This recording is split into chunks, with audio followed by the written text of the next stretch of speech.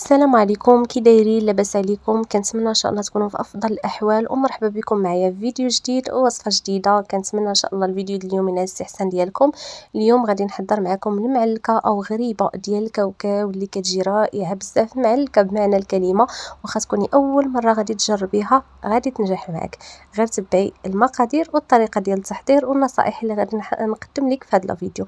كنتمنى الفيديو ينال الاستحسان ديالكم، ما تنساونيش من تشجيعاتكم. جزاكم الله كل خير. ندوزو باش نشوفوا المكونات والطريقه التحضير. نبداو على بركه الله. اول حاجه عندي 500 غرام ديال الكاوكاو. انا خديت هاد النوعيه، اللي كيقولوا له الرومي. المهم هذا الكبير هذا، ممكن تاخذوا داك الصغيور، انا شخصيا كنفضل هذا، ما كيجيش مجهد. عندي ساشي ديال الخميره الكيماويه، ساشي ديال فاني، وساشي ديال الكاكاو.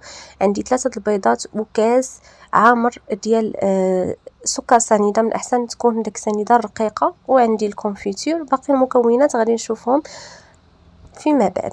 المهم هنايا خديت داك الكاوكاو ديالي، درتو هكذا في اللاطه ديال الفرن، وكندخلوه غير كنصهدوه واحد 2 دقائق، ما كنحمروش. هنا من بعد ما خرجته طحنته مباشره كما كتلاحظوا، طحنته بالقشره ديالو، وكنحصل على هاد البودره هكذايا ديال الكاوكاو. غادي نزيد عليه هاد الساشي ديال الخميره الكيماويه من فئه 8 غرام. وغادي نزيد كذلك ساشي ديال الكاكاو، ممكن ديروا 2 الا بغيتوا تجيكم اللون ديالها غامق اكثر، وممكن ديروا الكاكاو العادي يعني الا ما كانش عندكم هاد الساشي هكذا. غادي نزيد عليها ساشي ديال سكر الفاني، وغادي نزيد داك الكاس ديال سنيده. غادي نضيف واحد نص معلقه ديال القرفه، وغادي نزيد كذلك شويه ديال الملح،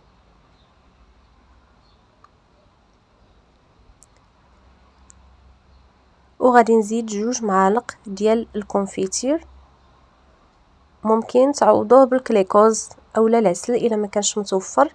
المهم انا كنفضل هذا الكونفيتير ديال المشماش، كيجي رائع بزاف.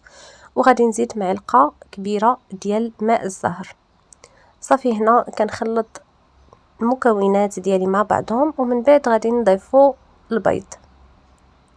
هنايا انا غادي نخلط غير بالايد ديالي، من الاحسن داك السباتيل ما كتساعدش بزاف. صافي هنا كنخلط المكونات اللي عندي، داك النواشف كامله. وهنا كنبدا باضافه البيض تدريجيا. بالنسبه للبيض غادي تضيفوا 2، ولا كان خاصكم مازال كتزيدوا داك الحبه، ما كانش صافي كتكتفيو ب2 بيضات. انا عندي هنايا الحجم البيض كان الحجم ديالو متوسط. صافي كنبدا نخلط مزيان حتى نجمع داك المكونات كاملين مع بعضهم.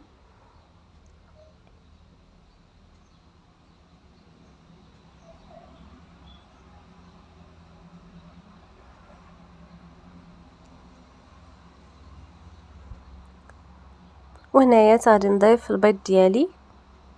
صافي هنا كنضيف البيضه الاولى، وغادي نزيد مباشره البيضه الثانيه. وبالنسبه للبيضه الثالثه كما قلت لكم غادي نخليوها حتى كنجمع الخليط ديالي. مهم ضروري من انكم تحصلوا على واحد الخليط اللي يكون فتي، وفي نفس الوقت واخا كيكون كيلتصق في الايد، يعني غير المهم كيتجمع معكم. فاش كتجمعوه كنتحصل على واحد الكويره اللي كتكون مجموعه، اما هو راه تيبقى كيلتصق في اليد، يعني ما تخافوش منه.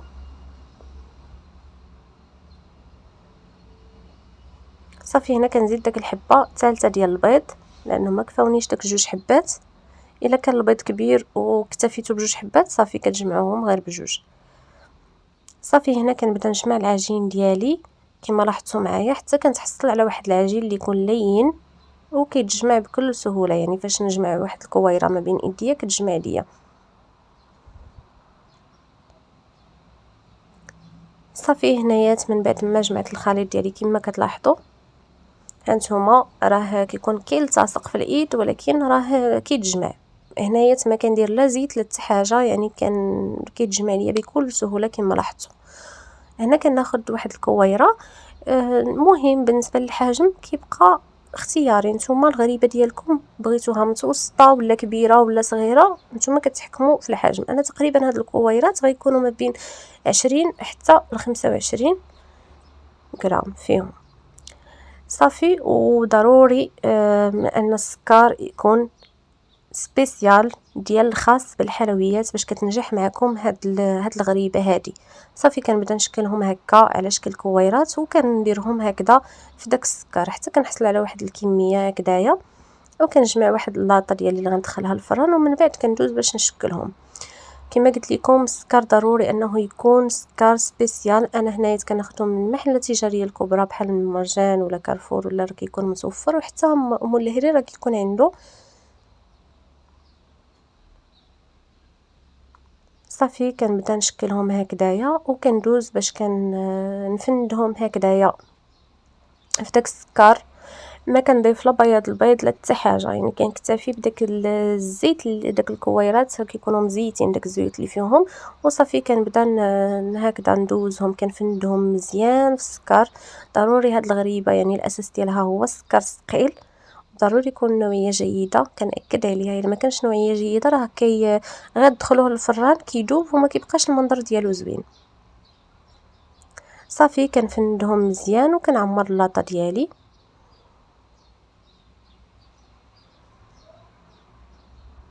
كنستمر بنفس الكيفيه حتى كنكمل الكميه اللي عندي كامل. بالنسبه لهاد القياس راه كيخرج لي تقريبا من 40 حتى ل 45 حبه. تبارك الله ما شاء الله، يعني راه كتعطي واحد الكميه مهمه. بغيتو يعني كميه اكثر من هكا كتضاعفوا المكونات.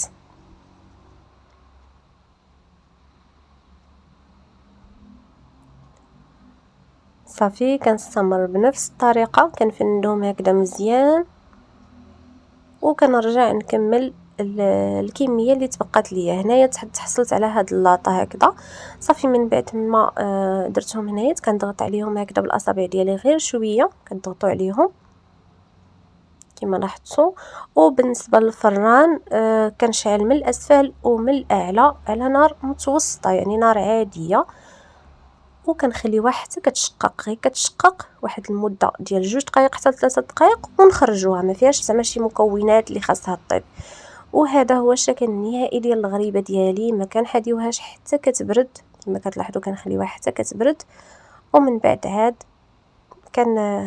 كنقدموها او نديروها في ديك الجبانيه اللي غادي تحتفظوا بها. كيجي الشكل ديالها رائع، كتجي معلكه ورطبه. كنتمنى الفيديو ينال الاستحسان ديالكم وتجربوها، وما تنسونيش دائما من تشجيعاتكم المحفزه. جزاكم الله كل خير، والسلام عليكم ورحمه الله وبركاته.